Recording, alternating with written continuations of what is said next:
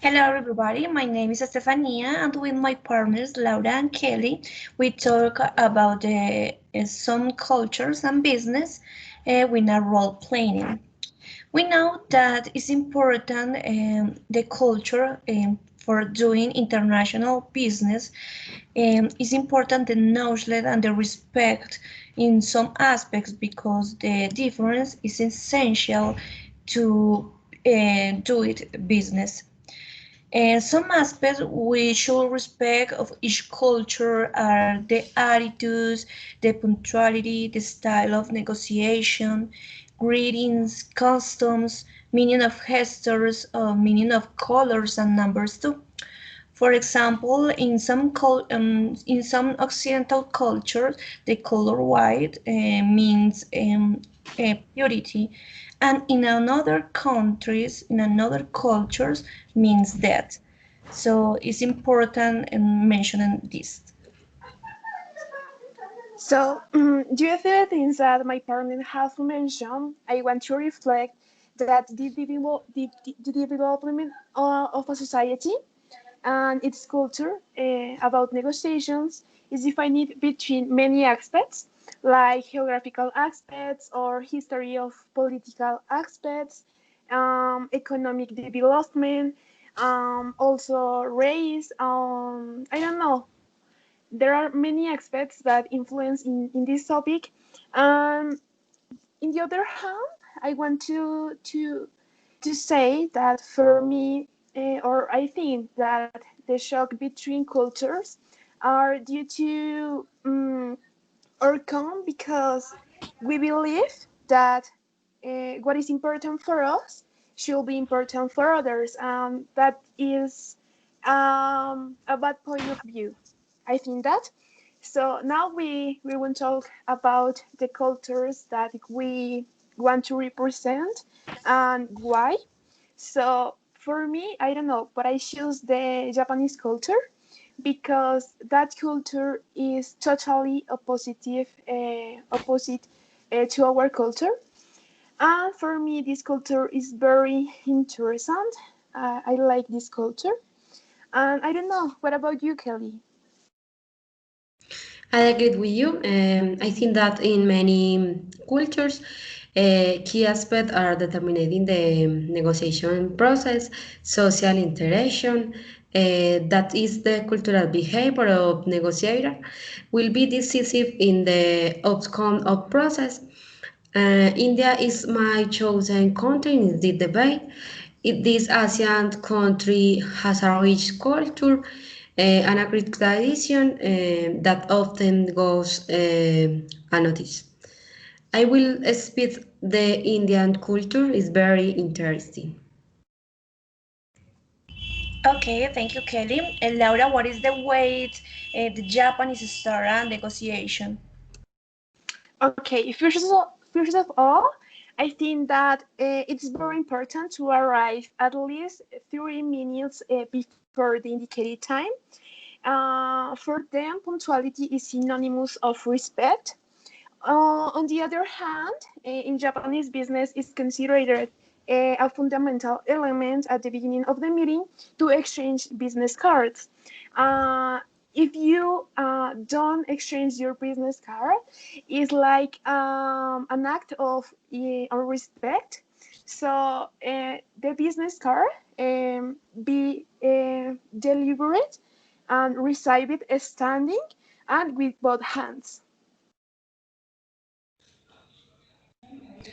Okay, thank you, Laura. And what about you, Kelly? What think the Indian person?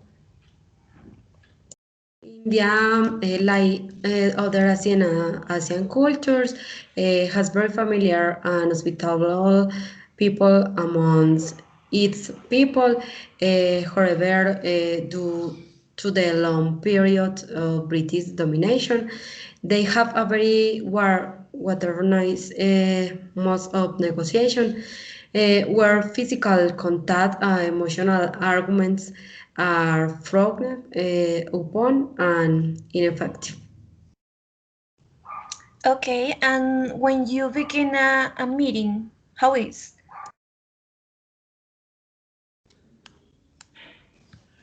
When you begin a meeting, it's a courtesy to focus your first words on the oldest member has a sign of respect. You have to say hello to the oldest person in the room, and then you can speak to the rest of the host. In the Indian culture, to begin negotiation at the first meeting, the traditional greeting is to join the palms of the hands with the thumbs up, make a circle, not and say namaste, which means I am at your disposal. With foreign negotiator, the most common is the handshake. Only Westernized Indians shake hands with the opposite sex. Okay, and a question, for example, what is an important point if you don't speak the native languages, Laura? Excuse me. For Asian cultures, it's always a good idea to start by making excuses for not being fluent, for example, in Japanese. For that reason, you should have a translator to make everything clear. Also, you should never start by going straight to the point. I mean, you have to take it easy. I think it is very important because communication will be more effective when it comes to reaching an agreement.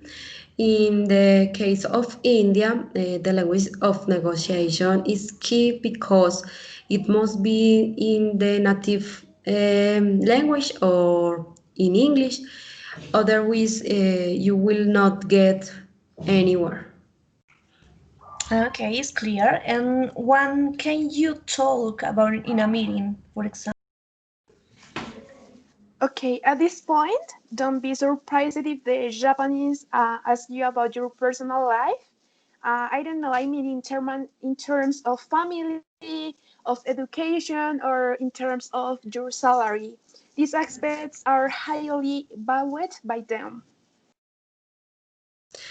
Um, in many cultures, these aspects are taken into account because they will the warrantors of negotiation. For example, in the Indian culture, as for family resource, particularly land or business, they have traditionally been controlled by family men, especially in high status groups. Traditionally, according to traditional Hindu law schools, women did not inherit land or buildings are were therefore indebted to their male relatives who control this vital resource. Very interesting, Kelly. Another important aspect is the body languages. We know to the 70% message come from the body language. What do you think, Laura? So here we have to take in account that for Asians, it is very important the body language.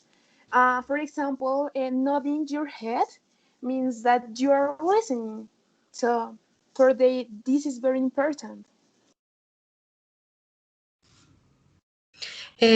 When speaking with Indians, make sure to aware of your expression and body language.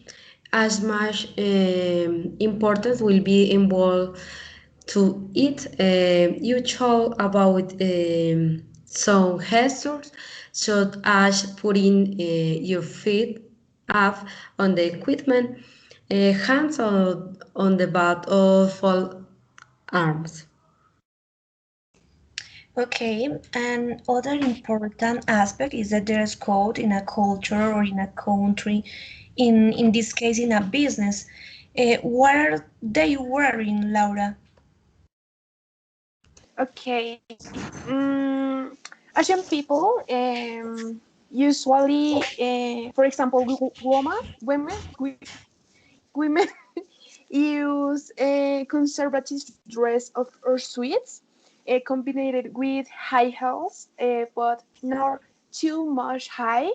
So they usually don't wear long jewelry or short dresses. By the side of the men's, they tend to wear dark suits and ties. Um, this culture too, the way to do dress is conservative about complements with coat height. For Hindus, all animals are sacred, but especially the coat. For this reason, in the Hinduism, the cow symbol is the rest of the creatures of creations by the means of transport used by Shiva, and in addition is an animal that with very little, only with water and food, provides a great rich shoot as meal, fertilizer, and strength to till the lands. And what about the gifts? What I could give to my negotiator? So with Asian people, you should be prepared to exchange gifts with business coverage. For example, these gifts are like flowers, a box of chocolates, or a box of cookies, but never something too expensive because they can think or that you want to buy them. Something I don't know. They can misunderstand. Uh, they can misunderstand you. In a first contact, it is not necessary to make gifts. When there is more confidence, a colored tea, a bottle of whiskey or spice, saffron, for example, are good options. Beware of alcohol because there is a large Muslim population within India. The gifts should not be wrapped in black or white paper, as they the color for mourning. This gift should not be opened in the presence of the giver.